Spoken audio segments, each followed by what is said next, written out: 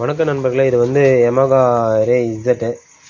இதில் வண்டி என்ன ப்ராப்ளம்னாக்கா, செல்ஃபு ஒர்க் ஆகலும் வந்தது. நம்ம சுவிட்சை வைத்து பார்க்கும்போது பார்த்தா ரிலே மட்டும் வேலை செஞ்சு டொக்குன்னு. சரின்னு சொல்லிட்டு கார்பன் புஷ் போயிருந்தது செல்ஃப் மோட்டரில்.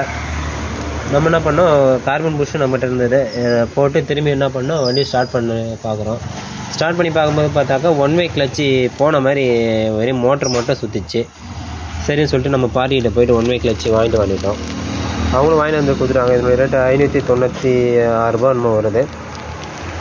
சரி, நம்ம ஒன் வே கிளச்சி ஃபிக்ஸ் பண்ணலான்னு சொல்லிட்டு கிளச்செலாம் கழட்டிட்டு இது ஃபிக்ஸ் பண்ணிட்டப்போ இது எதுக்குனாக்கா ஒரு நம்மளுடைய நண்பர்களுக்கு ஒரு விழிப்புணர்வு தகவலாக தரேன்.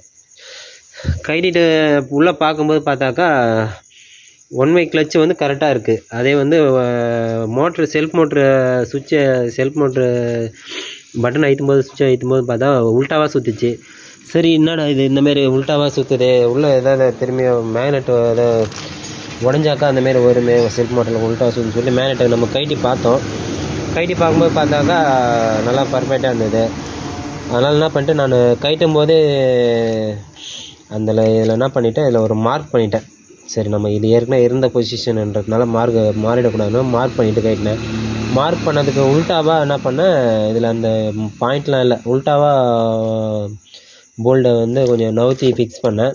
இந்த 2 போல்டை பின்னாடி வர 2 போல்டை கழட்டிட்டு ஆப்ஷனை மாற்றி அந்த மார்க்கு டிக் பண்ண எதிரில் ஆப்போசிட்டை மாற்றி போட்டேன். மாற்றி போட்ட உடனே பார்த்தாக்கா இந்த செல்ஃப் மோட்ரு ஒன் வே அந்த ஃப்ரீயாக உல்ட்டாவாக சுற்றினது இப்போ வந்து கரெக்டாக சுற்றுது. இது எதற்குனாக்கா இது ஒரு விழிப்புணர்வு தகவலாக தரேன். நன்றி நண்பர்களே. இப்போ இது வேஸ்ட் தான் செலவு. இது பார்த்து வாங்கி வந்தது. அப்புறம் நம்ம இதில் இந்த Yamaha ரேயில் கட்டினா மட்டும் நம்ம என்ன பண்ணோம், செல்ஃப் மோட்டரில் வந்து நம்ம கயிற்று வசம் மாறக்கூடாது. என்ன பண்ணணும், அந்த மேக்னெட் வசம் மாறாத அளவுக்கு இதில் மார்க் பண்ணிட்டு கட்டினா நல்லாயிருக்கும் நண்பர்களே. நன்றி, வணக்கம். என்றும் உங்களுடன் கடை ராஜ் டூலர் ஒர்க்ஸ்.